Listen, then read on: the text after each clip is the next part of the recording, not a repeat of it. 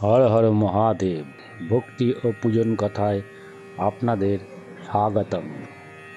হিন্দু ধর্মের নানা শাস্ত্র, বিবিধ ধর্মমত, ধর্মপথও ভিন্ন। সংসার ধর্ম যেমন কঠোর তেমনি জটিল। এই সংসারের থেকে আমরা যাতে ভক্তি ও মুক্তির পথে পৌঁছতে পারি, তারই উদ্দেশ্যে ভক্তিমূলক ব্যাখ্যাগুলো আপনাদের কাছে সহজ বাংলা ভাষায় পৌঁছে দেওয়ার চেষ্টা করছি।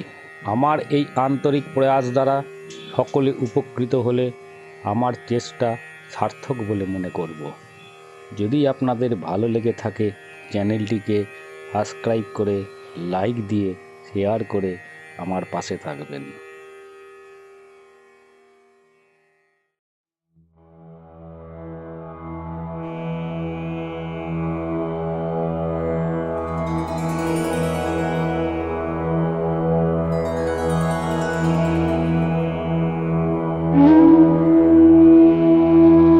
শ্রীমদ্ ভগবদ্গীতার প্রথম অধ্যায়, অর্জুন বিষাদ যোগ। ধৃতরাষ্ট্র সঞ্জয়কে জিজ্ঞেস করছে, ধর্মক্ষেত্রে যুদ্ধ করার মানসে সমবেত হয়ে আমার পুত্র এবং পাণ্ডুর পুত্রেরা কি করল?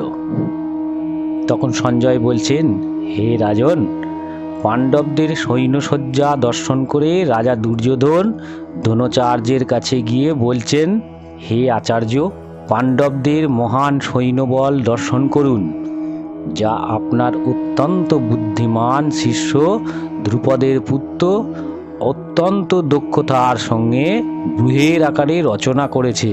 সেই সমস্ত সেনাদের মধ্যে অনেকে ভীম ও অর্জুনের মতন বীর ধনুর্ধারী রয়েছে।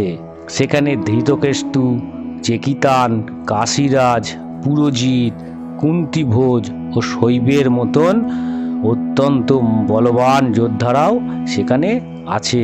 সেখানে রয়েছেন অত্যন্ত বলবান যুধামন্যু, উত্তমৌজা, সুভদ্রার পুত্র এবং দ্রৌপদীর পুত্রগণ। এরা সব এক একজন মহারথী।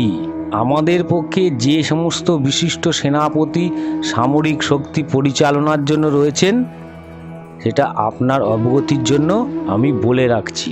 সেখানে রয়েছেন আপনার মতন ব্যক্তিত্বশালী ভীষ্ম, কর্ণ, কৃপা, অশ্বত্থামা, বিকর্ণ, সোমদত্ত পুত্র ভূরিসভা, যারা সংগ্রামের জন্য সব সময় বিজয়ী হয়ে থাকেন।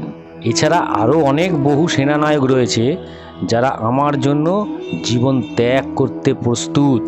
তারা সকলে নানা প্রকার অস্ত্রশস্ত্রে সজ্জিত এবং তারা সকলেই সামরিক বিজ্ঞানে বিশারদ। আমাদের সৈন্যবল অপরিমিত এবং আমার পিতামহ বিশ্বের দ্বারা সম্পূর্ণরূপে সুরক্ষিত, কিন্তু ভীমের দ্বারা সতর্কভাবে সুরক্ষিত পাণ্ডবদের শক্তি খুব সীমিত। এখানে আমরা সকলে সেনাব্যূহের প্রবেশপথে নিজ নিজ গুরুত্বপূর্ণ স্থানে স্থিত হয়ে পিতামহ ভীষ্মকে সর্বতোভাবে সাহায্য করুন। তখন কুরুবংশের বৃদ্ধ পিতামহ ভীষ্ম দুর্যোধনের হর্ষ উৎপাদনের জন্য সিংহের মতন গর্জন করে অতি উচ্চ নাদে তার শঙ্খ বাজালেন। তারপর শঙ্খ, ভেরি, পণব, আনক, ঢাক ও গোমুখ সিংহাসমূহ হঠাৎ একত্রে ধ্বনিত হয়ে এক তুমুল শব্দের সৃষ্টি করল। অন্যদিকে শ্রীকৃষ্ণ আর অর্জুন তাদের রথে বসে তারা দুজনে দুটো শঙ্খ বাজাতে শুরু করলো। কৃষ্ণ বাজালো পাঞ্চজঙ্গ নামক শঙ্খ, অর্জুন বাজালো দেবদত্ত নামক শঙ্খ এবং ভীমসেন বাজালেন পৌণ্ডক নামে তার ভয়ঙ্কর ওই শঙ্খটা।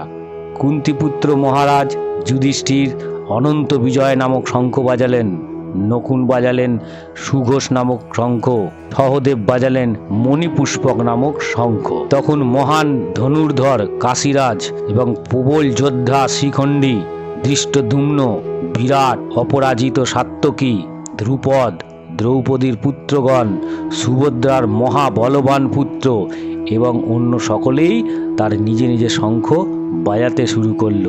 সেই শঙ্খের আওয়াজে প্রচণ্ড শব্দে আকাশ ও পৃথিবী প্রতিধ্বনিত করে ধৃতরাষ্ট্রের পুত্রদের হৃদয় বিদারিত করতে লাগলো। সেই সময় পাণ্ডুপুত্র অর্জুন হনুমান চিহ্ন পতাকা শোভিত রথে অধিষ্ঠিত হয়ে তার ধনুক তুলে নিয়ে স্বর নিক্ষেপ করতে প্রস্তুত হলেন। ধৃতরাষ্ট্রের পুত্রদের সমরসজ্জায় বিনষ্ট দেখে অর্জুন তখন শ্রীকৃষ্ণকে বললেন, হে অচ্যুত, তুমি উভয় পক্ষে সৈন্যদের মাঝখানে আমার রথটা স্থাপন করো, যাতে আমি দেখি কে আমার সঙ্গে যুদ্ধ করতে এসছে, কারাই বা আমার সঙ্গে যুদ্ধ করবে, আমি একবার তাদেরকে দেখতে চাই। এই কথা শুনে কৃষ্ণ তার অতি উত্তম রথটি চালিয়ে নিয়ে উভয় পক্ষের সৈন্যদের মাঝখানে রাখলেন। ভীম, দ্রোণ প্রমুখ পৃথিবীর অন্য সমস্ত নৃপতিদের সামনে ভগবান ঋষিকেশ বললেন, হে পার্থ, এখানে সমবেত সমস্ত কৌরবদের তুমি দেখো। তখন অর্জুন উভয় পক্ষের সেনাদলের মধ্যে পিতৃব্য, পিতামহ, আচার্য, মাতুল, ভ্রাতা, পুত্র, পৌত্র, শ্বশুর, মিত্র এবং শুভ আকাঙ্ক্ষীদের উপস্থিত দেখতে পেলেন। যখন কুন্তিপুত্র অর্জুন সকল রকমের বন্ধু ও আত্মীয় স্বজনদের যুদ্ধক্ষেত্রে অবস্থিত দেখলেন, তখন তিনি অত্যন্ত কৃপাবিষ্ট হয়ে বিষণ্ণ মনে অর্জুন বলতে লাগলো, হে প্রিয়বর কৃষ্ণ, আমার সমস্ত বন্ধু বান্ধব ও আত্মীয় স্বজনদের এমনভাবে যুদ্ধ অভিলাষী হয়ে আমার সামনে অবস্থান করতে দেখে আমার অত্যঙ্গ প্রত্যঙ্গ সব শুকিয়ে যাচ্ছে। আমার শরীর কম্পিত ও রোমাঞ্চিত হচ্ছে। আমার হাত থেকে গান্ডীব্য খসে পড়ে যাচ্ছে, ত্বক যেন জ্বলে যাচ্ছে। আমি এখন আর স্থির থাকতে পারছি না। আমি আত্মবিস্মিত হচ্ছি এবং আমার চিত্ত উদ্ভ্রান্ত হয়ে যাচ্ছে। আমি কেবল অমঙ্গল সূচক লক্ষণ দেখতে পাচ্ছি। যুদ্ধে আত্মীয় স্বজনদের নিধন করা শ্রেয়কর দেখছি না।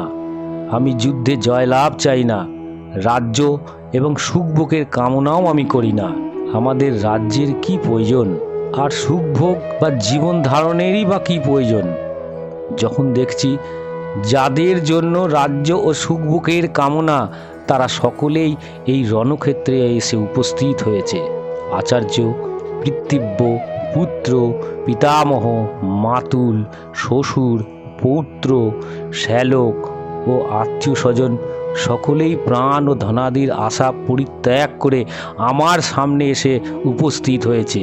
তখন তারা আমাকে বধ করলেও আমি তাদের হত্যা করতে চাইব কেন? হে সমস্ত জীবের প্রতিপালক জনার্দন, পৃথিবী তো দূরের কথা, এমনকি সমগ্র ত্রিভুবনের বিনিময়েও আমি এই যুদ্ধ করতে প্রস্তুত নই। ধৃতরাষ্ট্রের পুত্রদের নিধন করে কি সন্তোষ আমার হবে? এই ধরনের আত্মীয়দের বধ করলে মহা পাপ আমাদের আচ্ছন্ন করবে। সুতরাং বন্ধু বান্ধব সহ ধৃতরাষ্ট্রের পুত্রদের সংহার করা আমার পক্ষে অবশ্যই উচিত হবে না। হে মাধব, লক্ষ্মীপতি শ্রীকৃষ্ণ, আত্মীয় স্বজনদের হত্যা করে কি লাভ হবে, আর তা থেকে আমরা সুখী হব কিভাবে? হে জনার্দন, যদি এই রাজ্য লোভে অভিভূত হয়ে কুলক্ষয়ে জনিত দোষ ও মিত্রদ্রোহে নিমিত্ত পাপ লক্ষ্য করছে না, কিন্তু আমরা তো কুলক্ষয় জনিত দোষ লক্ষ্য করেও কেন এই পাপ কর্ম করব? কুলক্ষয় হলে সনাতন কুল ধর্ম বিনষ্ট হয় এবং তা হলে সমগ্র বংশের অধর্মে অভিভূত হয়। কুলের অধর্মের দ্বারা অভিভূত হলে কুলবধূগণ ব্যভিচারে প্রবৃত্ত হয়। কুল স্ত্রীগণ অসৎ চরিত্র হলে অবাঞ্ছিত প্রজাতির উৎপন্ন হয়। বর্ণসংকর উৎপাদন বৃদ্ধি হলে কুল ও কুলঘাতকেরা নরকগামী হয়। সেই কুলের পিণ্ডদান ও তর্পণ ক্রিয়া লোপ পাওয়ার ফলে তাদের পিতৃপুরুষরাও নরকে পতন হয়ে চলে যায়। তারা যারা বংশের ঐতিহ্য নষ্ট করে এবং তার ফলে অবাঞ্ছিত সন্তানাদি সৃষ্টি করে, তাদের কুকর্মজনিত দোষের ফলে সর্বপ্রকার জাতীয় উন্নয়ন প্রকল্প এবং বংশের কল্যাণ ধর্ম উৎসন্নে চলে যায়। ফলে সনাতন জাতি ধর্ম কুল ধর্ম বিনষ্ট হয়ে যায়।